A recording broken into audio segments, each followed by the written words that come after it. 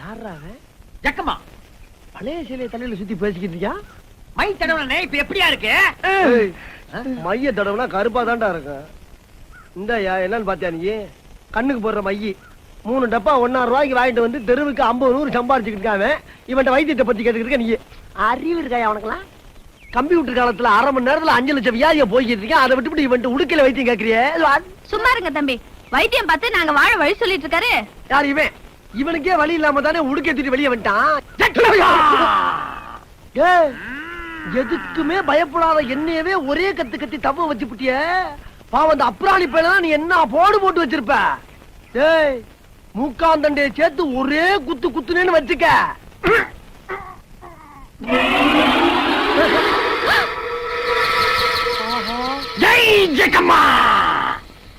என்னடா குத்தவேல ரத்தம் வருது? இதுக்கு தாண்டா சொல்றது ஏவாயில விழுகாதீங்கன்னு. இந்த ரத்த வாயால சொல்றேன். என்ன? எண்ணி 8 நாள்ல உனக்கு பைத்தியம் முடிச்சு ரோட அலையல நான் இந்த உடுக்கடிக்கைய விட்டுறேன்டா. அப்படியா? இந்த உடுக்கைய நீ அடிக்கலைன்னா உலகத்துல பொழுதே விடியாது. ஐயோ, சாமக்கோடங்கி வாயில விழுந்துட்டானே, என்ன ஆகப்பறானோ?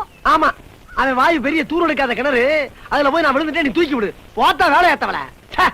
ஒரு வில்லேஜ்ல ஒரு சிறந்த அறிவாளியை வளர விட மாட்டீங்களா? சரி, எனக்கு பைத்தியம் பிடிக்கலாம் இருக்கட்டும். முதல்ல நீ ஒரு நல்ல டாக்டரா பார்த்து வைத்தியம் பண்ணிக்க பாரு. ஏன்னா ஓ ஒசரத்துக்கு ரத்தம் போறலாம் ஆபத்தான விஷயம். ஏன்னா ஹார்ட் ரொம்ப வீக்கா இருக்கு. என்ன யாரா ஜக்கம்மா? ஜக்கம்மா